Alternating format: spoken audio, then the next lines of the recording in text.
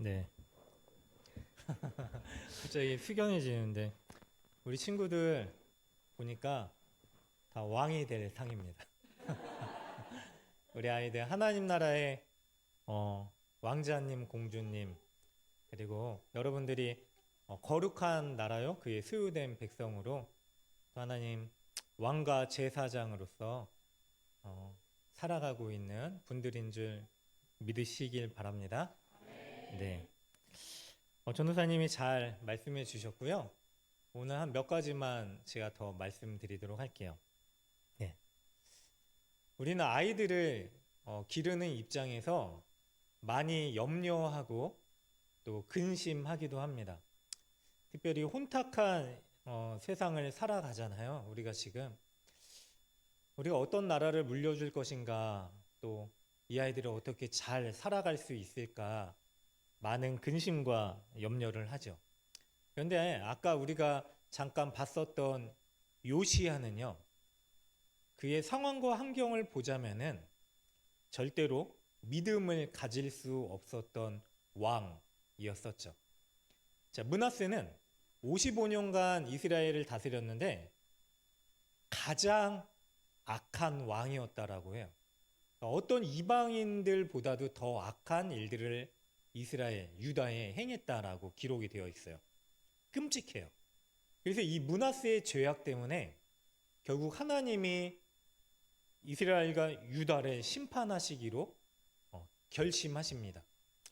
자, 므낫세의 아들 요시야의 아버지였었던 아몬 왕은 2년간 다스렸는데 그도 므낫세의 악을 그대로 행했어요.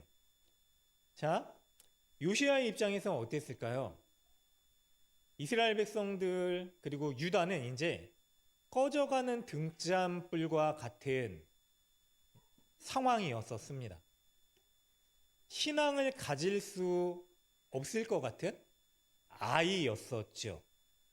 그런데요, 우리 하나님은요, 그럼에도 불구하고 그 시대에 말씀을 남겨두심으로 하나님의 거룩을 회복하게 하는 세대들을 준비하신다라고 하는 그 사실을 우리가 잊지 않으시기를 간절히 소망합니다.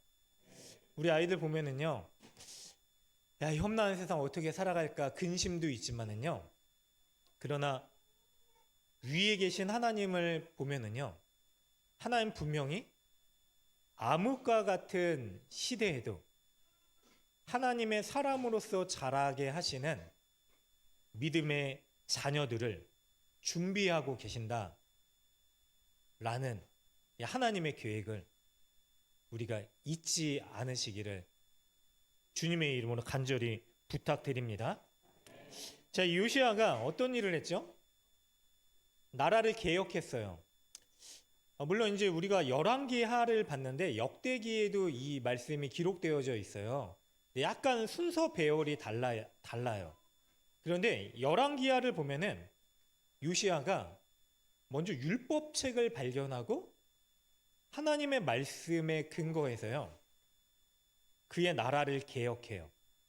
우상을 철폐하고 그리고 온갖 나쁜 악한 관습들을 폐지하고요. 그리고 우상의 터전들을 다 싹쓸이 깨끗이 청소합니다. 그런데요, 이 율법책을 발견했을 때 요시야의 상황에서는 궁금한 거예요. 왜 하나님이 이 나라에 이스라엘에 이런 어려움을 주셨는가? 위기를 주셨는가? 여전히 남유다는 이방 민족으로부터 아스루와 이제 떠오르고 있는 강대국이었었던 바벨론으로부터 위협을 당하고 있었어요. 나라는 무너지고 있어요. 그 이유를 요시야가 어디서 발견하는가 보니까 하나님 말씀에서 발견을 해요. 우리가 하나님 앞에 범죄하였기 때문에 이렇게 끔찍한 재앙을 경험하고 있구나. 그래서 이 말씀을 잘 아는 사람을 찾아서 묻습니다. 보니까 선지자를 찾아서 묻게 되는데 그의 대답 또한 뭐라고 얘기하냐면 하나님께 범죄했기 때문에 이런 어려움이 찾아왔다라고 이야기를 해요. 그리고 한 가지 더 무서운 이야기를 하는데 그래서 하나님의 심판이 이 땅 가운데 이루어질 거다라고 선포를 해요. 자, 요시야의 입장에서는요. 나라의 멸망에 대한 심판 예고를 듣고서 어떤 마음이 들었을까요? 왕으로서 이 나라에 대한 긍휼과 애절한 마음을 가지고 옷을 찢고 하나님 앞에 부르짖습니다. 그런데 그럼에도 불구하고요. 하나님의 심판은 면해지지 않아요. 자, 이 선지자가요, 다시 요시야에게 얘기를 하는데 그럼에도 불구하고 당신이 회개했기 때문에 요시야 왕 때에는 이 심판이 이루어지지 않을 겁니다 라고 31년을 더 유다 왕국의 멸망이 지연돼요. 그럼 여기서 생각해 볼 수 있어요. 자, 요시야 왕이요, 내가 이렇게 회개하고 또 개혁에 앞장서서 하나님의 말씀으로 돌아가려고 하는 일을 해서 내 때에는 심판이 이루어지지 않는 것을 보고 기뻐하고 그것으로 끝났을까요? 그렇지 않죠. 우리가 읽은 말씀을 보면은요, 열왕기하 23장 1절부터 3절까지 아까 우리가 읽었었던 내용이 그 내용이죠. 온 백성을 불러 모아서 하나님과의 깨어진 언약을 다시 갱신하고 말씀 앞에 이 나라가 다시 세워지기를 소망하면서 약속을 하고 선포를 해요. 남녀노소 할 것 없이 모든 백성들이 다 하나님께로 돌이켜서 회개하고 하나님과의 약속을 회복하고 그리고 하나님 앞에서 다시 온전히 살아갈 것을 회복하는 일들을 해요. 여러분, 그런데 중요한 게 하나 있어요. 제가 여기서 이제 말씀드리고자 하는 거 두 가지입니다. 그럼에도 불구하고 유다는요, 이미 임박한 하나님의 심판으로부터 피할 수 없었습니다. 나라의 멸망은 예견됐고요. 그리고 그러한 일들이 실제로 일어나고 있었습니다. 이 상황에서 이스라엘의 왕은 어떻게 해야 될까요? 요시야는 하나님께 인정받는 왕이었어요. 다윗의 길로 행했고 좌로나 우로나 치우치지 않았었던 왕. 이 왕들이 성경에 3명이 있는데 뭐 히스기야 왕이라든지 다른 왕이 있었는데 다른 왕들은 그럼에도 불구하고 요시야처럼 온전히 행하지는 못했어요. 여지를 남겨뒀어요. 죄에 대한. 그런데 그 중에 히스기야 왕은 자신의 생명이 연장받았을 때 하나님 앞에 기쁨으로 화답했고 그것으로 그의 삶은 마감해요. 왕이잖아요. 그런데 요시야 왕은요, 나라의 멸망이 이미 예견되었지만 하나님은 심판을 돌이키지 않을 것이라 라고 하셨지만 그럼에도 불구하고 하나님이 마음을 찢고 회개하는 요시야 왕을 보고 그래서 너에게 주는 은혜가 너 때에는 멸망이 있지 않을 것이다 라고 31년을 연장시켜 주셨지만 임박한 멸망 가운데 그것으로 만족하지 않고 어떻게 행했냐, 모든 백성들을 불러 모아서요 개혁을 합니다. 여러분, 개혁은 무엇이냐면요, 무언가를 바꾸는 게 개혁이 아니라요, 우리의 마음을 찢고 하나님께로 회개하고 돌이키는 게 개혁이에요. 여러분, 이스라엘 백성들은, 유다는 멸망을 향해서 치달아 가고 있어요. 이미 그거는 바꿀 수 없어요. 그래서 요시야가 이미 내가 회개하고 기도해도 이 나라는 멸망하나 보다라고 그냥 포기하거나 그래 나나 좀 더 잘 살자라고 그러고 삶의 만족을 두고 끝나는 왕이 아니었습니다. 요시야는 왕으로서의 분명한 자신의 정체성과 의무를 알고 있었어요. 왕이기 때문에 멸망으로 향하고 있는 이 나라의 백성들이 그 길로 가는 것을 그냥 둘 수 없어서 불러 모아서 무엇을 하는가? 하나님, 이 나라의 멸망을 멈춰주세요. 하나님의 마음을 바꿔주세요를 구하는 게 아니라 주님, 우리가 주님께로 회개하고 돌이키겠습니다. 라고 하는 약속을 갱신시켜요. 여러분, 이것이 요시야가 하나님 앞에 정직하게, 하나님 앞에 온전하게 인정받는 왕으로서 살아간 모습이었습니다. 요시야에게 있어서는 분명한 것은 나라의 멸망보다 더 시급한 문제가 무엇인가? 바로 이 백성들이 하나님께로 돌이키는 거. 그게 시급한 일이었어요. 멸망을 앞둔 한 나라의 왕에게 있어서 가장 큰 중요한 과제와 숙제가 무엇인가? 하나님의 심판으로 나라는 멸망으로 향해 가고 있지만 그러나 이 나라가 멸망하더라도 가장 시급한 문제가 무엇인가? 주님, 우리가 회개하고 주님께 돌이키겠습니다. 온 백성들을 모아서요.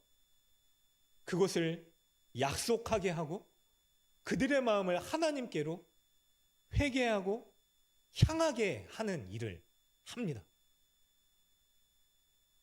사랑하는 여러분, 우리에게 있어서 가장 시급한 일이 무엇일까요?